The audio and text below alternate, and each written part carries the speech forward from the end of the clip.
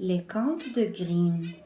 Aujourd'hui, je vais vous raconter Fernand Loyal et Fernand Déloyal. Il était une fois un mari et une femme qui n'avaient pas eu d'enfants du temps qu'ils étaient riches, mais eurent un petit garçon quand ils furent devenus pauvres.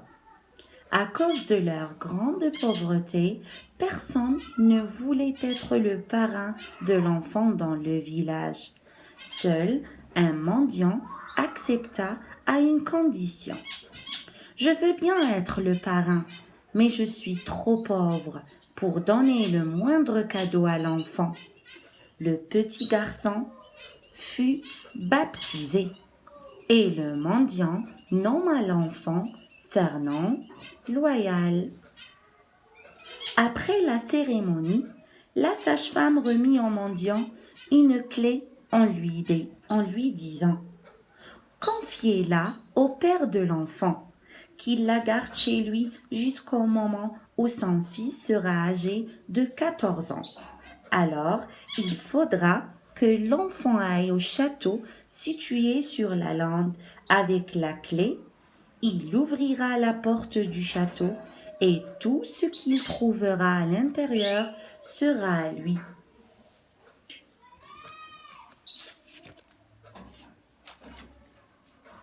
Un jour, alors qu'il avait 7 ans, le garçonnet entendit les autres enfants se vanter des magnifiques cadeaux qu'ils avaient reçus de leurs parrains.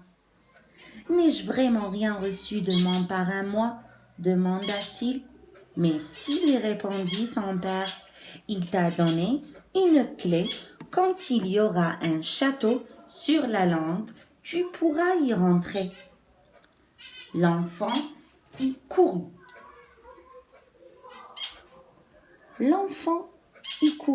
Mais il n'y avait pas de château. 7 ans plus tard, quand il eut 14 ans, il y retourna.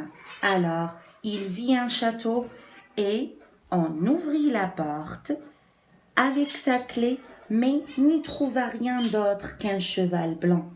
Aussitôt, le garçon le monta et galopa chez son père. Peu de temps après, il voulut voyager et partit avec sa monture.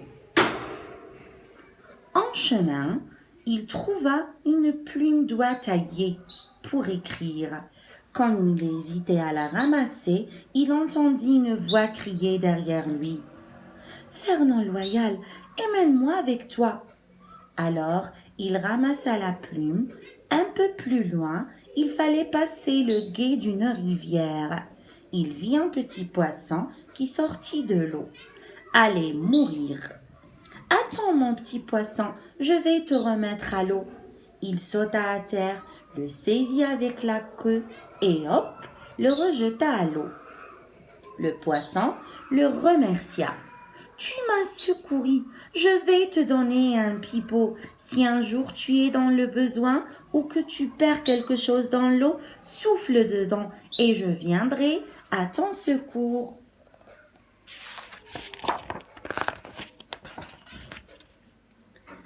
Fernand Loyal s'en alla, son pipeau en poche, et rencontra un jeune homme qui lui demanda son nom. « Fernand Loyal, répondit-il. « Tiens, dit l'autre. Alors, nous avons presque le même nom. Je me nomme Fernand Déloyal. » Ils s'arrêtèrent tous deux dans une auberge. À l'intérieur, il y avait une jolie servante qui tomba amoureuse de Fernand Loyal, car il était beau garçon. « Pourquoi ne restez-vous pas ici ?» dit la jeune fille à Fernand Loyal. « Vous pourriez trouver un emploi à la cour du roi. » La servante alla elle-même parler au roi, qui engagea Fernand Loyal comme écuyer, car le jeune homme voulait rester près de son cheval quand il apprit cela. Fernand Déloyal fut très jaloux. Alors la servante, craignant qu'il ne se venge, le fit aussi engager par le roi comme valet. Chaque matin, Quand il habillait le roi, il l'entendait soupirer. Ah, si seulement je pouvais avoir ma bien-aimée avec moi. Et quand Fernand Déloyal voulait éloigner l'autre Fernand, il proposa un jour au roi. Vous n'avez qu'à envoyer votre écuyer la chercher, Majesté, et s'il ne remplit pas sa mission, il devra mourir. Le roi suivit son conseil, fit venir Fernand Loyal et lui annonça: Il y a quelque part dans le monde une princesse que j'aime. Tu iras l'enlever, sinon tu mourras. Pauvre de moi, gémit Fernand Loyal. Pourquoi pleures-tu? Fit une voix derrière lui.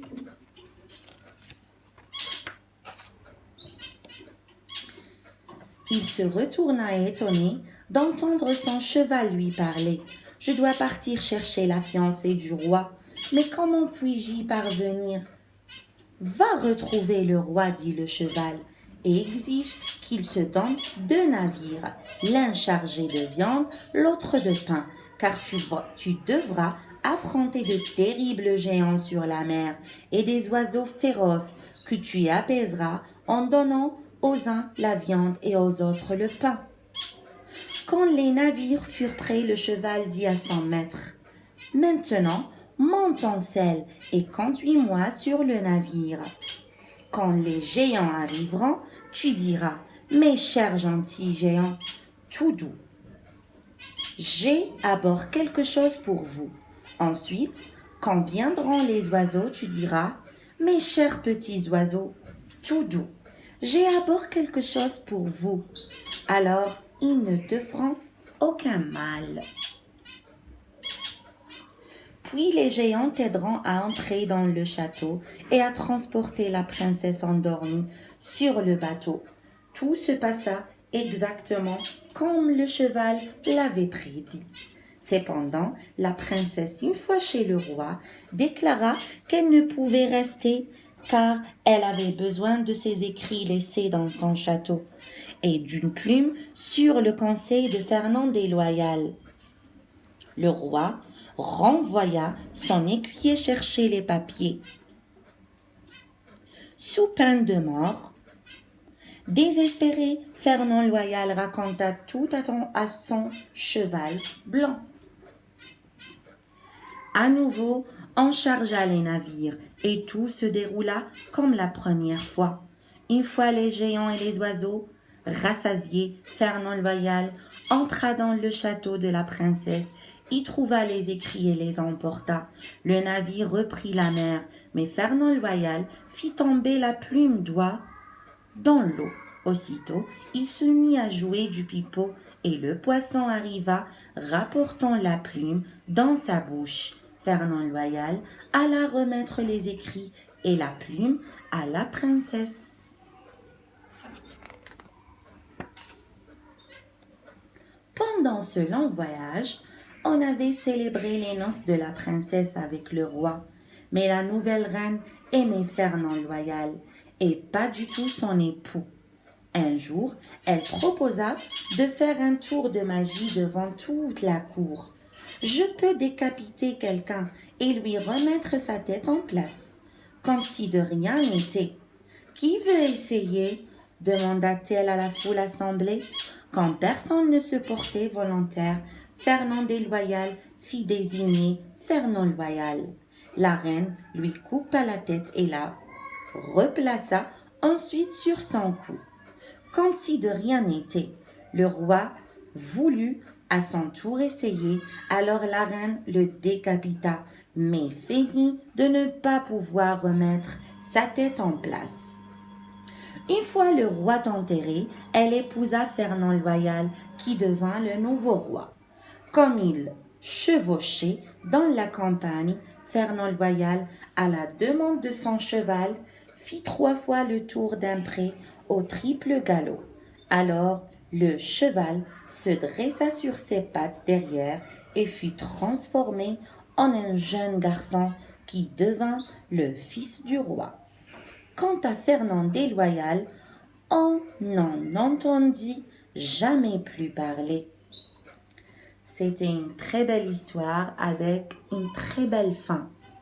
N'hésitez pas, abonnez-vous à la chaîne et activez la cloche pour voir les autres contes de Grimm.